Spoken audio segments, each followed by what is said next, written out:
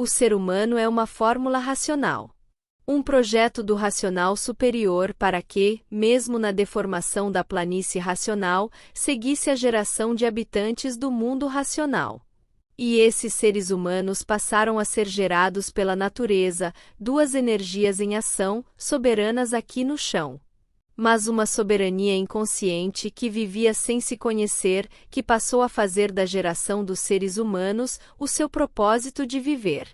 E por viver sem se conhecer racionalmente, sem saber de sua origem e seu propósito racional de viver, deu aos seres humanos o andamento de suas vidas conforme o seu entendimento, conforme o seu bem-querer.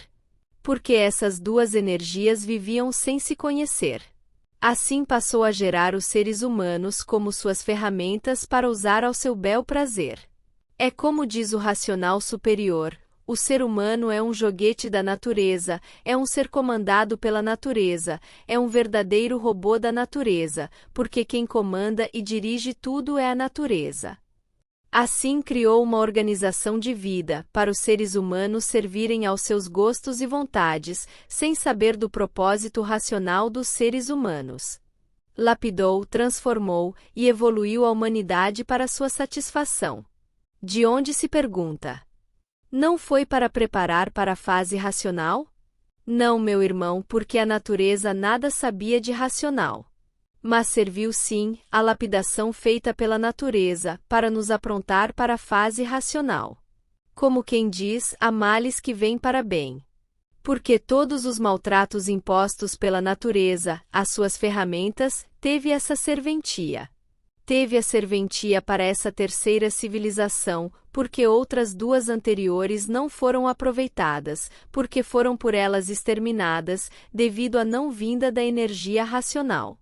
Então para essa civilização serviu, como aí está todos há muito, prontos para passarem a se conhecer, e já com os tantos com os livros de sua racionalização nas mãos. Então a natureza preparou a humanidade para a fase racional, sem saber, sem a intenção de ter suas ferramentas desenvolvendo seus raciocínios. Porque de racional ela nada sabia, não sabia que a fórmula de geração de um ser humano, que para ela foi disponibilizada, na junção de dois corpos de energias, tinha o propósito de gerar, com o tempo, uma vida racional, mesmo dentro da deformação da planície racional.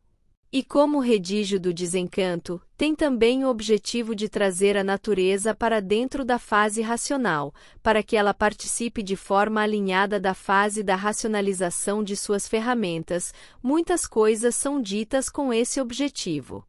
Então coisas que não condizem com a realidade dos fatos, mas que servem para agradar e envolver a natureza com as coisas racionais.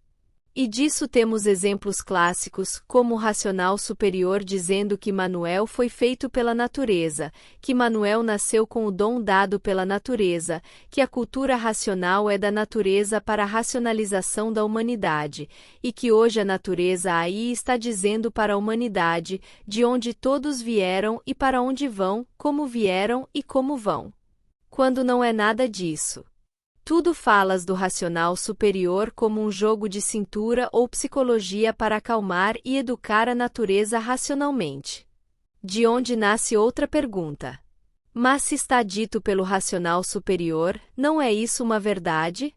Não, meu irmão, as verdades racionais não são dadas só pelo que está escrito, porque o que está escrito foi dito no modo do desencanto, então as verdades racionais nos são reveladas pela forma do desencanto.